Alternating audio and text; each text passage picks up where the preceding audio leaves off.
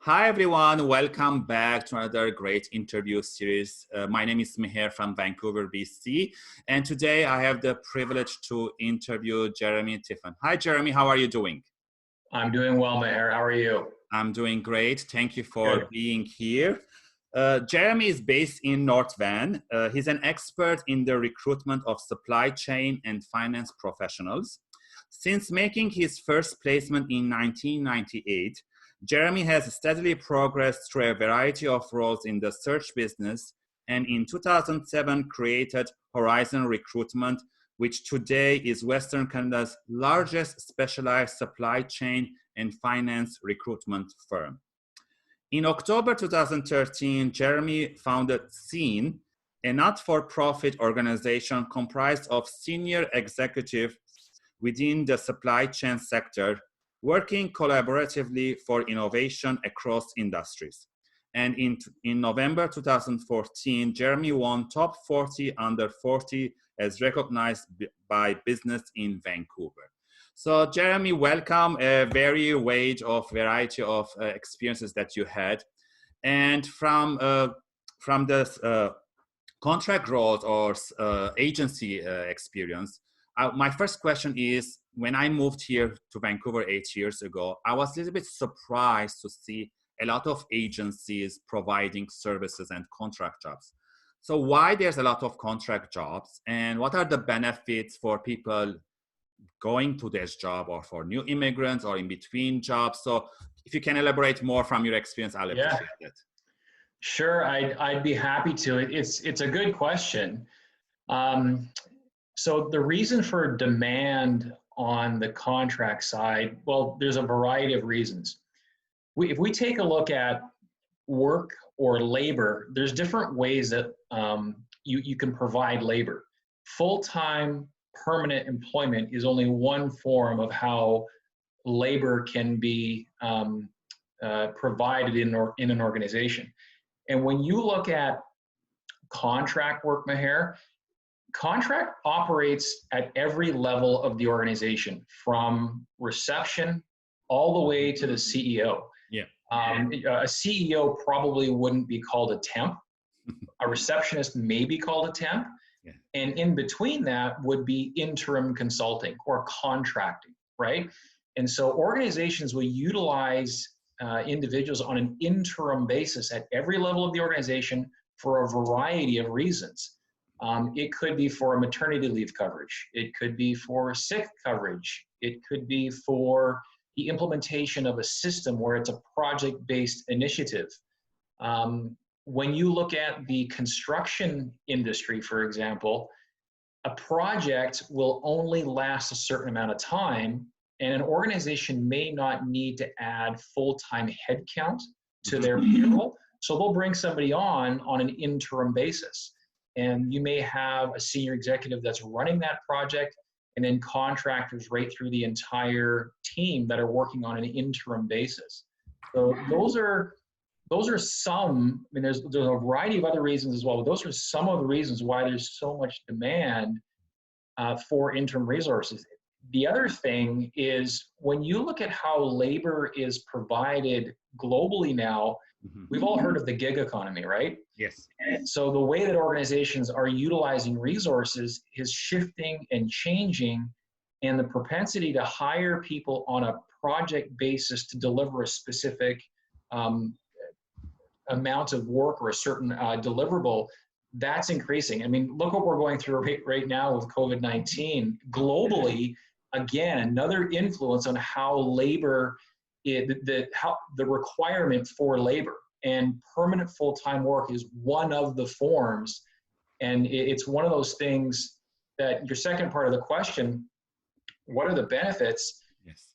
If you've been laid off during this pandemic and you're limiting your job search to full-time permanent work, you're doing yourself a disservice, in my opinion. There are so many opportunities to expand beyond just permanent full-time work. I can fully appreciate, I mean, think about it. I think you've gone through this yourself, where you had a permanent full-time job and it lasted for a short period of time because of the pandemic, right? Yes. So permanent, no job is permanent. No job is permanent. They're all interim or temporary.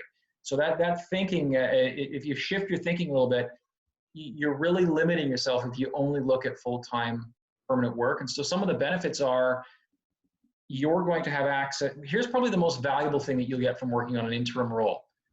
It's the people that you're going to meet, the relationships that you're going to form.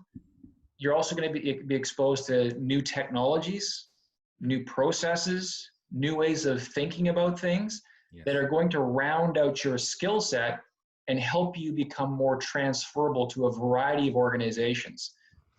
So you really should be, and again, in my opinion, looking at interim or temporary options in your job search. Yeah, and sometimes those contract or short term can turn into full time because you're already inside, you know the system, Absolutely. they train you, and then if there's an opportunity, they will hire you for long term.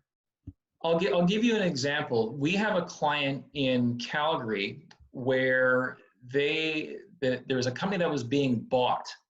And so they brought somebody in a fairly high level accounting role to help them through the acquisition and working through the financial integration between those two companies. It was initially a 4-month contract that's now been extended to a year long.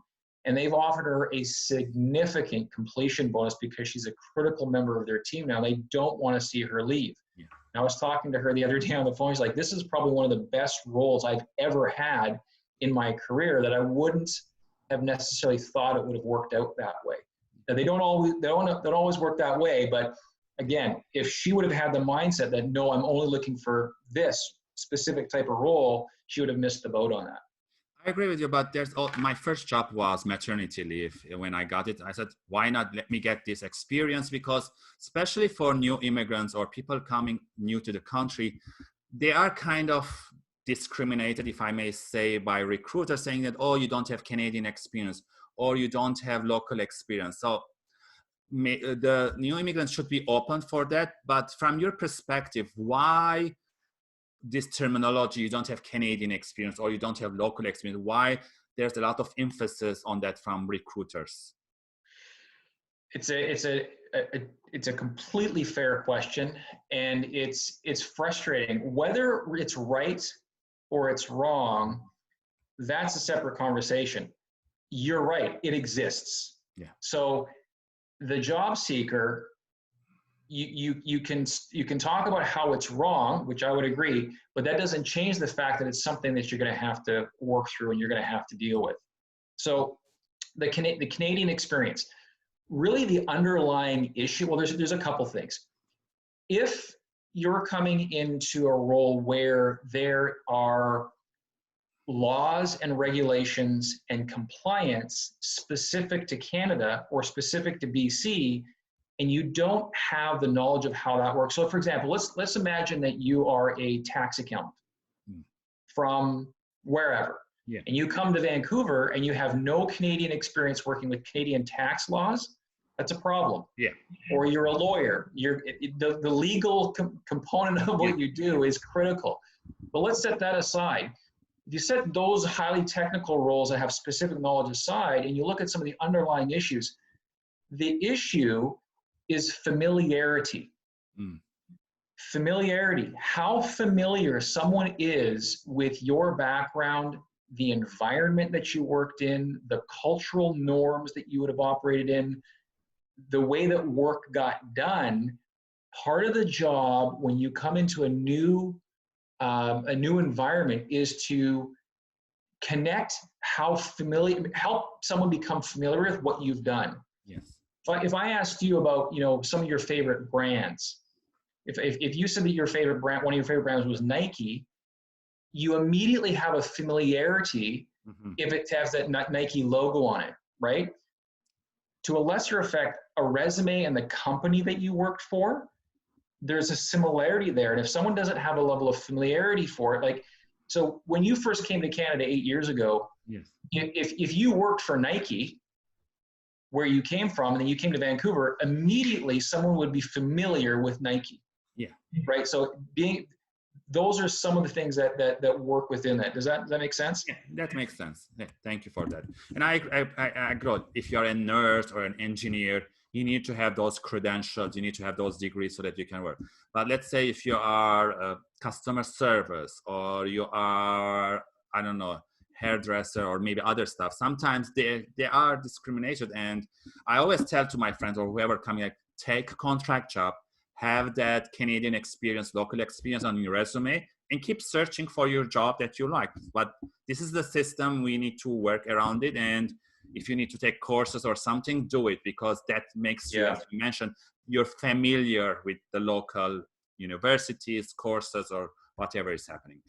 Yeah. Thank you for sharing that, Jeremy. And for the audience watching for the first time, so you'll be kind of a journey with us. I'll ask Jeremy a couple of questions, and which will be posted one question a day. So you can tune every day to see what we are talking. If you like any of the videos, like and share, subscribe to the channel, and tune in next time for another question with Jeremy.